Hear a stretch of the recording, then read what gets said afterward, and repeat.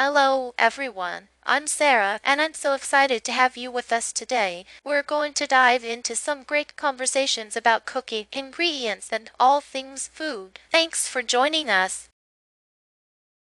So recently, I was preparing a special dish for a family dinner, a hearty chicken and vegetable soup. It's a recipe that's been passed down in my family for years, and one of the key ingredients is celery. It adds such a fresh, crisp flavor that really balances the richness of the broth. I was making it for a gathering we were hosting to celebrate my son Liam's birthday, but while getting everything ready, I realized I was completely out of celery. Celery, for anyone who might not be familiar, is a green, crunchy vegetable that's often used in soups, salads, and stir-fries. It's got this great balance of freshness and slight bitterness, making it a key ingredient in lots of dishes. I often use celery in everything from my vegetable stocks to a quick, light stir-fry. It's really popular here in California, especially in salads and late, fresh dishes. But that night I had none, and I had to figure out how to make my dish work without it.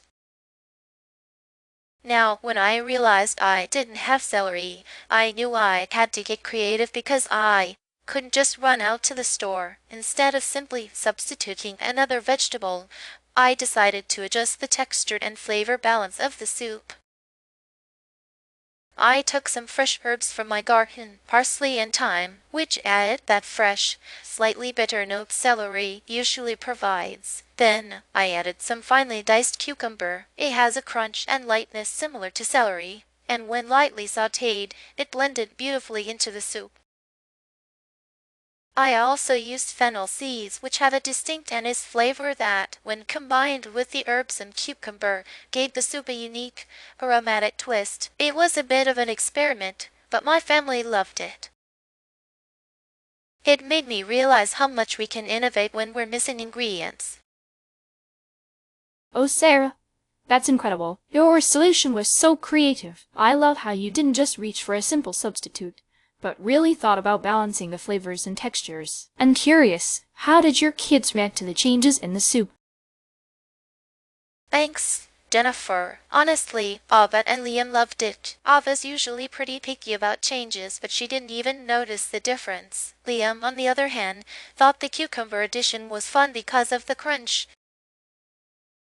That's amazing, Sarah. I love the way you involve fresh herbs. In the Pacific Northwest, we really rely on fresh, local ingredients like that. I'm curious, though, what inspired you to use cucumber in the soup? That's so inventive. Thanks, Emily. The cucumber was a spur of the moment choice. I remembered that it has a similar crunch and lightness, and I had some in my fridge. Once I cooked it a little, it softened just enough to blend in, but still gave that refreshing bite like celery.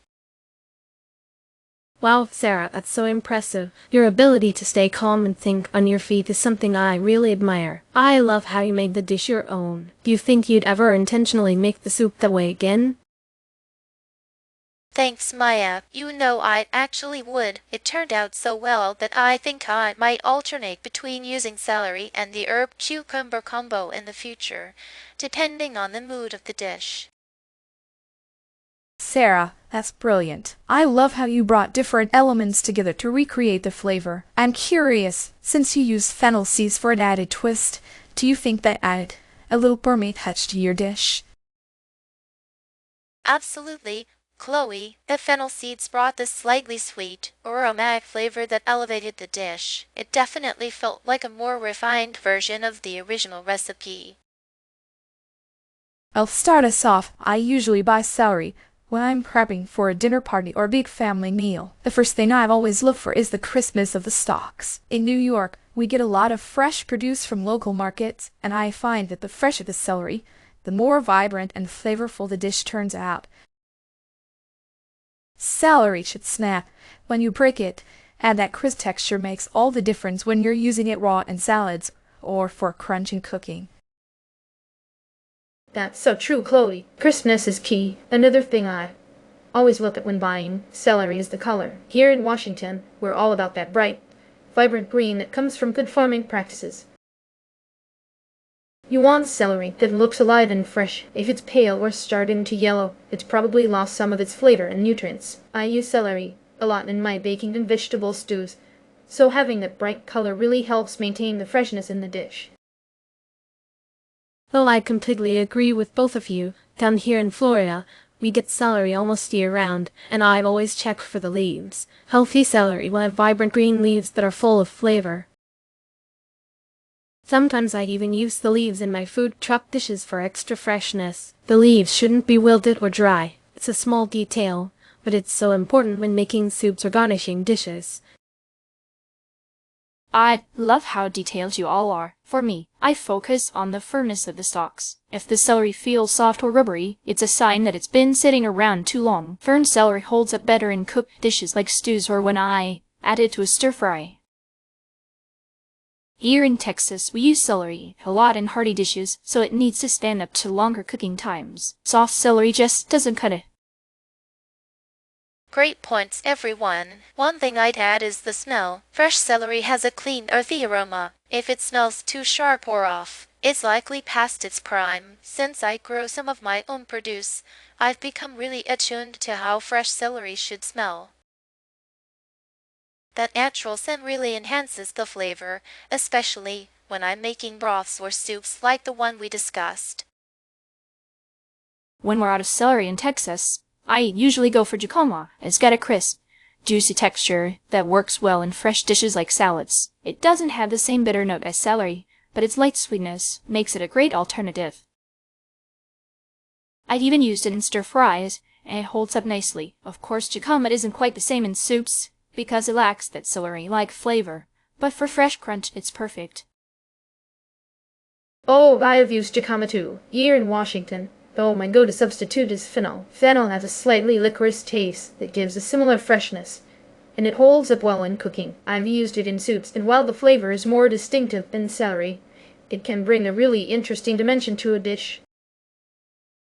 Down in Florida, when I'm out of celery, I turn to bok choy. It's a little more delicate, but it's a great substitute, especially for soups. The stalks are crunchy like celery, and it adds a mild, slightly peppery flavor. Plus, it's easy to find here at local markets year-round. I love these alternatives. In New York, I often use bell peppers when I don't have celery. They're not a perfect match in flavor, but they add a nice sweetness and crunch to dishes. In stews or raw and salads, bell peppers give that bite of freshness we're looking for, though they do steer the flavor in a different direction. Wow, thank you, ladies. You've all shared such amazing insights. To recap, we've talked about some wonderful aspects of celery. Chloe mentioned the importance of crispness. Emily discussed its vibrant color. Meyer emphasized checking the leaves. Jennifer focused on firmness, and I spoke about the smell. Then we explored some great alternatives. Jennifer's jicama, Emily's fennel, Maya's bok choy, and Chloe's bell peppers. I'm so grateful for all of your contributions. This has been such a rich and informative discussion. Thank you all for joining us today. It's been a pleasure sharing this conversation with these wonderful ladies, and I hope you all enjoyed it as much as we did. Until next time, take care and happy cooking.